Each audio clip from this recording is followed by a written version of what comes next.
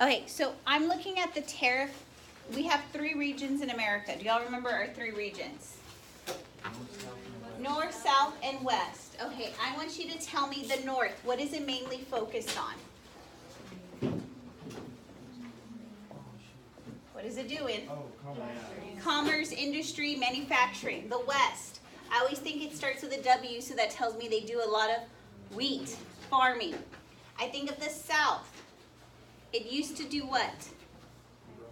Tobacco. I have no clue why we're passing study guides around if I'm going to go over the answers with you. It wasn't the homework. It was the ones we did yesterday. Okay. I just missed one. Okay, so the South, it does tobacco, right? Eventually, when I get to the market revolution in chapter 14, they're going to be doing cotton. Which are my agricultural areas? South and West. Which one's my industrial area? The North.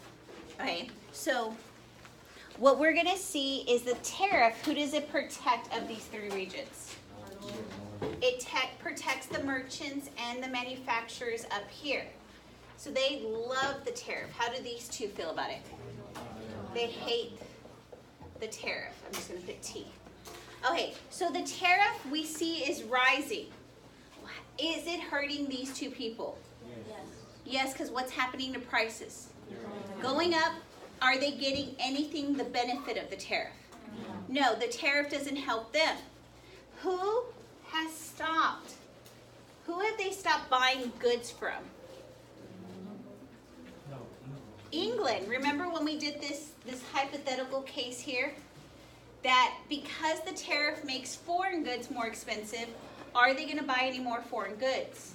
They're going to buy what type of goods? American, because they're what? Just a little bit cheaper. And we see that they're going to be upset because what happens to prices no matter the tariff? They all go which way? Up. The other thing is the South gets a little bit salty about this because now they're not buying English shoes or English goods. So what happens to the English buying their cotton? It declines. So the price is already going up. Does that hurt them? Now England is not buying their goods. Are they double hurt? Yes. It's a double whammy. And so we're going to see John C. Calhoun, which we talked about last time, was the vice president. He's from South Carolina, so tell me what region is he from? South. The South. We're going to see he's the opponent against the tariff because do the Southerners like it? No. Do they even benefit from it? No. No, because what happens to price? It goes up. What happens to, we know price goes up, but what happens to them being able to sell stuff to England? They no longer sell because England no longer sells stuff to them. So he is going to write this thing called the South Carolina Exposition and Protest, which you will see on your test. So what do you think they're protesting? The tariff. I always remember that is going to protest the tariff. We're going to see Calhoun argued each state is sovereign. What does that mean? Powerful. States have rights. Is this what the Constitution is about? No, he says the states have the power. The states have been sovereign under the Articles, and they had not given up their supreme authority when they joined the Union. Since the Union had been created by the states, whose power is he arguing? States. Not vice versa. It followed that the creator, who's the creator? States are more powerful than the creature. As the national government was not supreme, it can only exercise those authorities that the states, again, who's the most powerful, he's saying, have embodied in the Constitution. Calhoun therefore argued that a state had a right to cancel a law. So this is the big thing, the right to cancel a law, which we know as nullification. Nullification gives more power to who? The federal government or the states? So this whole thing is an argument for whose rights?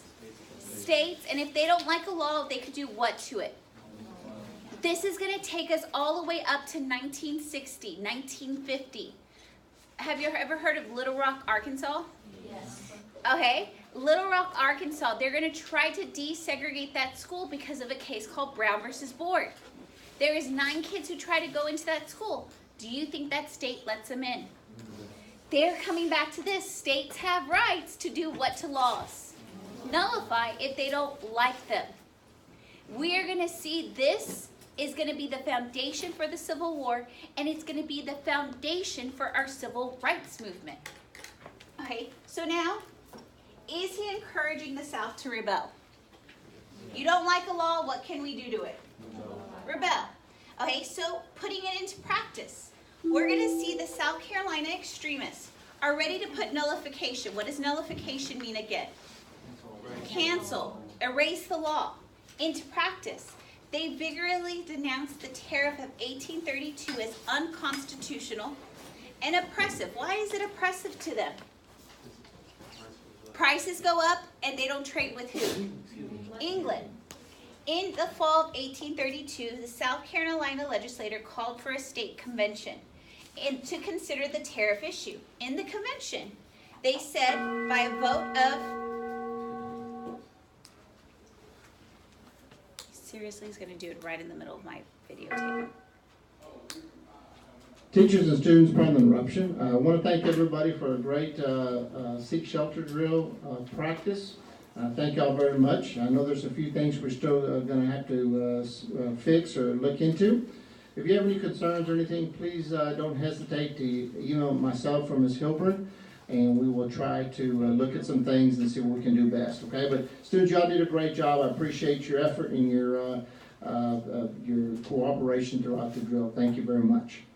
All right, that's all we have. Teachers, we can do a dress code check again. If you have any questions or you want to send a kid down, please feel free to do so. That'll be a dress code check number 2. Thank you. Okay, so by a vote of 136 to 26, they adopted the ordinance of nullification. So what are they going to do to the laws? Cancel them, declaring both the tariff of 28 and 32 null and void. They're not going to pay it. After February 4th, 1833, if the tariff duties were to be collected in South Carolina, the federal government should forcefully attempt to collect them. They would what? Secede. What does secede mean? Leave the Union. Isn't this what the Civil War is all about? Yes, they said they don't like a law, they're not going to enforce it, and if the government tries to make them do it, peace out, they're done. Okay, do we have the makings for a war at this time? So what Jackson is going to look at, he's like, okay, Jackson's from where when we did this election last time? From the West, so does he even like the tariff? No. But now he's the executive and he has to enforce it. Even though he doesn't like it, does he have to do something he doesn't want to do? Yes. And so what's going to happen is he's going to issue a letter to South Carolina called the Proclamation to the People of South Carolina. Because what have they just declared null and void? The tariff. And he says they're trying to collect the tariff, what are they going to do? Secede. So he says he forcefully rejects nullification. So is he going for states' rights or is he going for the federal government? Federal government. Has he just flipped on his beliefs on states' rights? Yeah. Yes. He's going to say, I consider the power to annul a law of the United States assumed by one state incompatible with the existence of the Union. It contradicted expressly by the Constitution, is unauthorized in its spirit, it's inconsistent with every principle which it was founded, and destructive to the great objective which it was formed. So what does he tell South Carolina? Can they do this or can they not? No. And they're only one person, right? And this is going against the federal government. You can't do that. Is this synonymous with his beliefs? No. No, because he believes in what? Tariffs and states' rights. Is he like Jefferson here? And so do you think South Carolina is going to be like, okay, Jackson, thank you for explaining that. We agree with you. Do you think South Carolina is going to be like this? So they're going to realize that South Carolina is not going to budge. So there's going to be 2 bills issued. One is called the Force Bill. It says the Force Bill authorized the President of the United States and the Army to use the Army and Navy to enforce laws. What laws do you think he wants to enforce? Tariff. The tariff. He says Jackson will send 15,000 men within a week, and within 2 weeks, 20,000, 200,000. Whoa, what is he doing? What is he's going to send the army in to do what? No? Do his bidding. put him in check, right? He's saying, do y'all get to succeed? No. He says, I'm sending in the army so that you don't what? Secede. And do you think they're going to collect those taxes? Is Jackson showing the strong fist of the federal government? Yes, he says, we are not doing this, South Carolina. You will pay them and I will send the military in. Then there's another bill. This one is not done by him. It is done by Clay. It is a compromise tariff. This tariff proposed by Henry Clay reduced the duties over 10 years to about 20%. So what are we doing to this 45%? We are what? Reducing it, and is that going to make the South happy? So why do you think the South stays? Do they stay because Jackson is just going to show him his power rests? Or do they stay because of the lower tariff? And who saved the day? Was it Jackson or was it Clay? So let's go to the short term, the results. We're going to see that Jackson's going to sign both of these laws in. And the compromise tariff was passed, and South Carolina says, okay, we will not nullify that. Because what has happened to the tariff? The tariff has gone down. And we see that in the last gesture of defiance, the convention did declare the force bill null and void. What was the force bill supposed to do? Send in what? What force? Army. The Army. They said that's no longer a law. We're not going to pay attention to that. Are they still holding on to states' rights? Yes. And nullification? Jackson ignored this and he says, okay, the crisis is over. Is the crisis really over? No. Because there is some bad things that have been learned in this. What idea has the South now adopted when they don't like a law? They could what? Rebel, and they don't follow the law. They vote it out. What is that called when you vote it out? Nullify. So both sides are going to claim victory. The nationalists held that the power of the national government had been upheld by the president and Congress.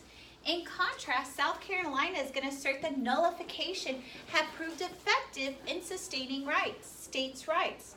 However, the failure of any southern colony or state to rally, why did I say colony? State, to rally in South Carolina's defense showed the doctrine of nullification was unpopular.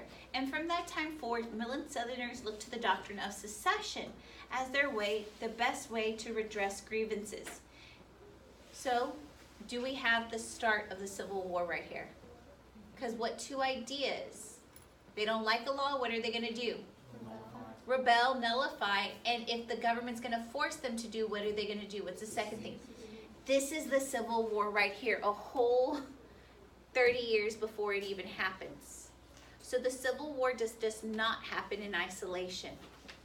Okay, last thing, Jackson said in regret when he's about to die that he should have executed Calhoun for treason. He says, my country would have sustained me in the act. His fate would have been a warning to traitors to come.